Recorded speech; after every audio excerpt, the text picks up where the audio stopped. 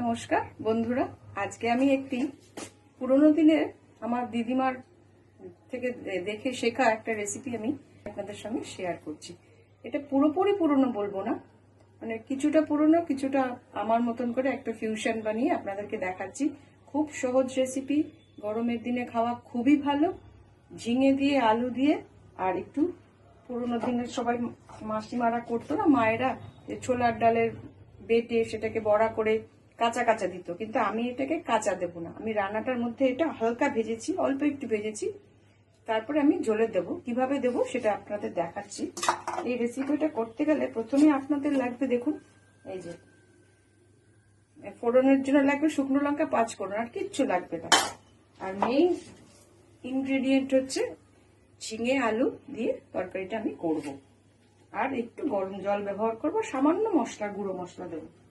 প্রথমে আমি এটার মধ্যে এই শুকনো লঙ্কার 5 ফোড়নটা ফোড়ন হিসেবে ঢেলে দিলাম।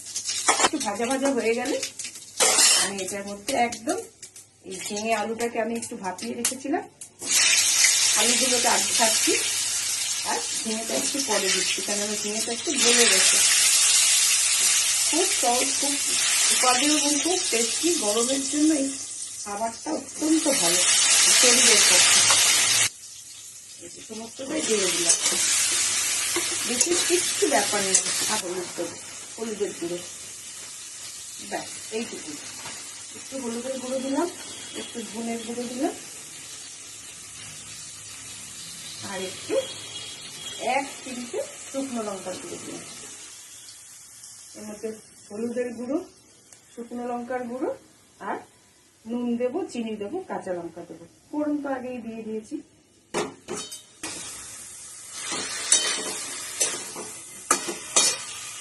এখানে আদা বাটা, ব্যাস এইটুকু।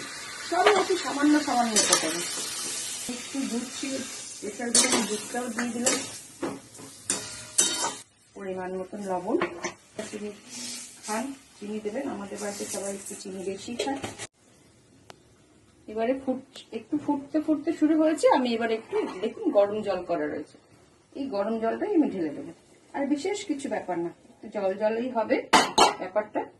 চিনি দিয়েছি, আর এই যে ডালের বড়া কালকে আমি কিছুটা ভেজে রেখেছিলাম। সবাই আগেকার দিনে আমার দিদিমারা কাঁচা দিত, মানে বেটে সেটাকে গোল গোল গোল গোল করে দিত। আমি আর কাঁচা দিইনি, আমি একটু একটু ভেজে রেখেছি। এই যে এর উপর তো দিয়ে দিচ্ছি, দেখুন ছড়িয়ে ছড়িয়ে সবকটা ডালের বড়াই দিয়ে দিচ্ছি, যতটা সম্ভব লাগবে। এই যে দেখুন কেমন দেখতে লাগছে, খুবই ইজি রান্না, কিন্তু পুরোনো দিনের এবং আমার কিছুটা ওস্তাদি আর কি বলতে পারেন, আমারও কিছুটা নিজস্ব রেসিপি। এটা দিয়ে আমি সুন্দর করে ঢাকাটা দিয়ে দিলাম। প্রায় হয়েছে, কি সুন্দর দেখতে হয়েছে দেখুন। একদম সিম্পল এবং ইজি রান্না, ভেজে তারপরে দিয়েছি। একটা সোজা রান্না আমি একটু টেস্ট করলাম, তো ভালো টেস্ট হয়েছে গরমের দিনে। দেখুন কিচ্ছু না, সিম্পল রান্না এবং পুরনো নতুনের একটা ফিউশন বলতে পারি। যে ঢালার পরে এরকম হয়েছে দেখুন কালারটা। পুরনো আর নতুন আমার একটা ফিউশন বানালাম।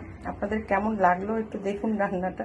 আমার তো খুব ভালো লাগছে, একটু টেস্টও করেছিলাম, অপূর্ব টেস্ট হয়েছে। এত হালকা রান্না, খেতে খুব ভালো লাগবে।